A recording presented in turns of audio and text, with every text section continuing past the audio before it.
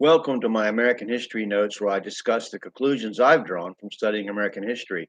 Conclusions which you won't agree with necessarily, but you should at least know about the topics, events, and people that I discuss to be conversant in American history. So I'm going to begin, and of course, a lot more than I'm discussing because I'm only just kind of hitting the surface. So I'm going to start here. The Seven Years' War in Europe, which is really the first World War, should be called World War Zero, I guess. Where fighting was all over the world between the great European powers. But the Seven Years' War in Europe was reflected as the French and Indian War in North America between 1754 and 1763. This saw the rising star of our future first president, George Washington, as a lieutenant colonel of the Virginia militia sent by Governor Robert Dinwiddie to construct a fort at the confluence of the Allegheny and Monongahela rivers, present day Pittsburgh, in order to stem the tide of French from Canada into the Ohio Valley. You should study about Washington's part in the beginning of this World War as a 21-year-old officer who really botched a meeting with the French and his Indian allies, and it's something that you would have to really study yourself. It's interesting, but Washington starts out in dishonor and winds up in honor. So Morrison calls the years leading up to this conflict as a sort of Cold War, a phrase will be used when our study reaches the middle 20th century. The question, he says, was first and foremost before this conflict was who was to rule the West? Would it be the French, Spanish, or English? Or was it an entity no one could see, an American republic? The West had not been the first thing on the plates of colonial European politicians, as they were more concerned with who controlled the sugar islands of the Caribbean, and most of the efforts of the great powers were in that direction. New England and New York were chiefly interested in destroying French power on their northern and western borders. For Carolina and Georgia, the Spanish and their Indian allies were the great enemy. In 1747, Thomas Lee, president of the Virginia Council, had organized the Ohio Company with the intention of acquiring 500,000 acres on the Ohio River. Other important Virginians, like Thomas Jefferson's father, organized other companies and hired Indian traders to push trade with the Indians in the Ohio Valley and secure land from them.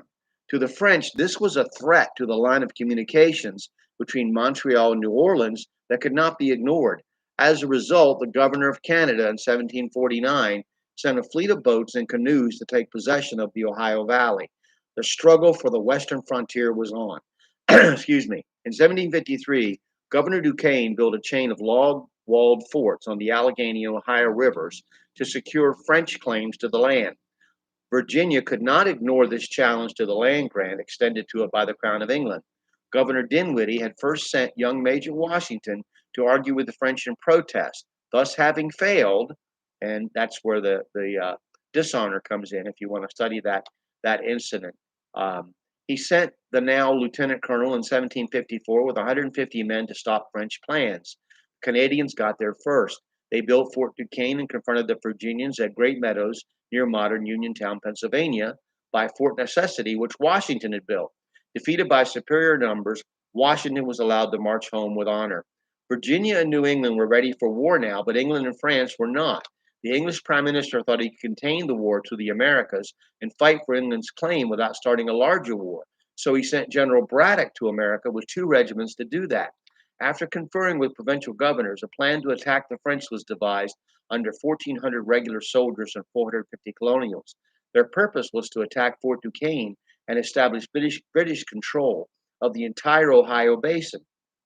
However, the French had heavily reinforced their colonial army when a French fleet skipped past a blockade set up against them.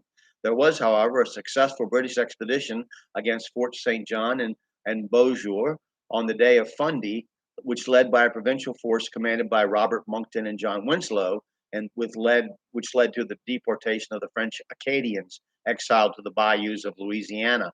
General Braddock's campaign was not so successful as his force was surprised and routed by a combined force of French and Indians at the Battle of Monongahela.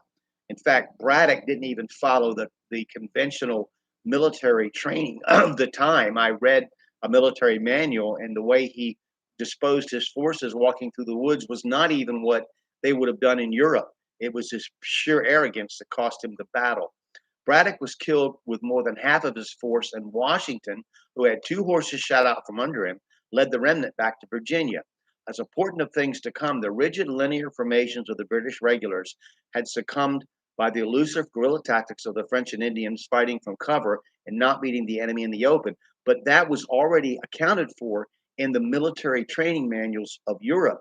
And if Braddock had followed the convention, even his own officers told him they needed to spread out in the woods. This guy was not he was not a good leader anyway, and he cost a lot of lives. So at the same time this disaster was taking place, Benjamin Franklin, a printer turned diplomat and scientist, was helping the colonies to form an association for common defense, particularly against the French, the Spanish, and their Indian allies under the supervision of the Crown of England. Franklin had done landmark work regarding the practical aspects of electricity, from his famous experiment where he tied a key to a kite string to catch electric charges in a thunderstorm, to his attempts to electrocute and then cook a turkey. He had received some recognition back in England for his study of electricity, which was not a new phenomenon, as magicians and entertainers have been using it for some time. Even King Louis XIV had gotten a good laugh out of shocking a line of troops and then some monks. But as far as electricity being a useful tool for mankind, Benjamin Franklin in the modern era was a pioneer. And we'll stop there and move on to how this um, affects the eventual move for independence. Thank you for watching, and I hope you dig into your textbooks and your history books and study this.